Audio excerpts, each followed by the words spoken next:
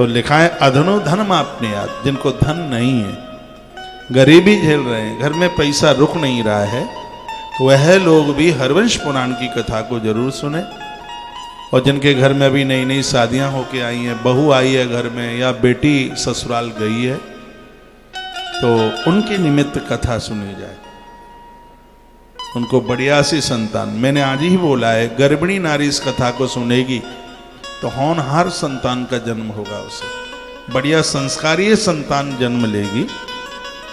इसके प्रभाव से इस कथा का अपने आप में इतना बड़ा प्रभाव। हरवंश पुराण 11 पीढ़ियों का तारण कर देता है। हरवंश पुराण की जो कथा है, 11 पीढ़ी तक यदि कोई आत्महत्या करके मर गए होंगे, 11 पीढ़ी तक, यह ग्रंथ में वर्णन किया गया है। 11 पीढ़ी तक यदि किसी की इस प्रकार से यदि किसी की मृत्यु हो गई है, तो हरवंश पुराण 11 पीढ़ी तक उन्हें मुक्त कर देगा, उन्हें तारण कर देगा, उनका कल्याण कर देगा। ऐसा वर्णन इसमें किया गया।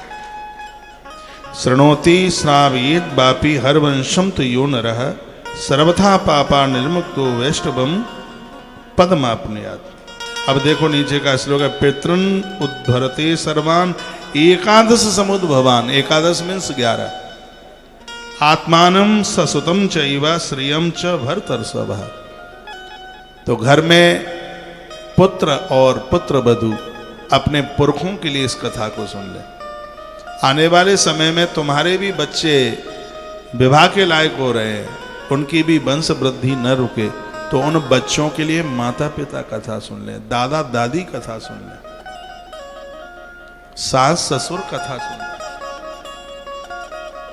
ये वर्णन है, पूरे श्लोक लिखे गए और बड़ी महिमा युक्त है ये श्लोक, जिसमें इस ग्रंथ की अद्भुत महिमा का, अद्भुत इसके महात्म्य का वर्णन किया गया।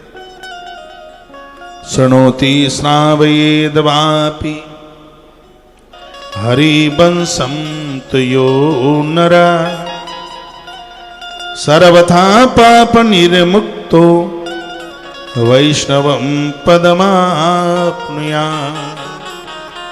जो मनुष्य हरवंश को सुनेगा, सुनाएगा, वर्णन वह सभी प्रकार के पापों से मुक्त होकर के जीवित है तब तक तो धरती के सभी भोग भोगेगा, वो मरने के बाद में भगवान नारायण के धाम को चला जाएगा, ईश्वर के लोक को चला जाएगा।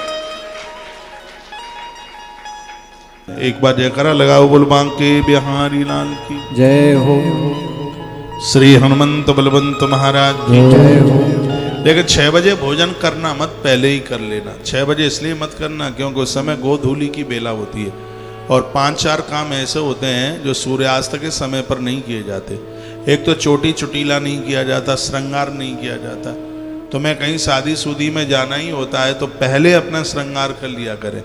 ये दोनों वक्त मिलते समय दर्पण भी देखना ठीक नहीं है, चुटिया चुटीला करना भी ठीक नहीं है। ये दोनों वक्त मिलते समय नींद लेना ठीक नहीं है, सोना ठीक नहीं है। इन सब चीजों से बीमारी बनती है। दोनों वक्त मिलते समय लक्ष्मी का ह्रास होता है, घोर गरीबी जन्म लेती है।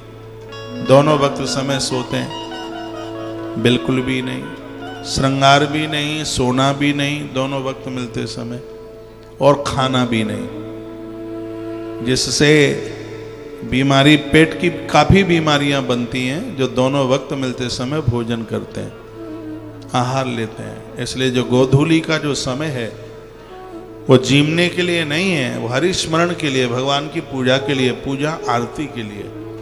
उस समय तो भगवत नाम जप कीजिए। उस समय भगवान महादेव की फेरी लगती है शाम को, और भगवान भोलेनाथ जिन घरों में दिए जल रहे हैं, आरती पूजा हो रही है, तो शिव महापुराण में लिखा है कि उस घर की आयु बढ़ जाती है, उम्र बढ़ जाती है। जहाँ दोनों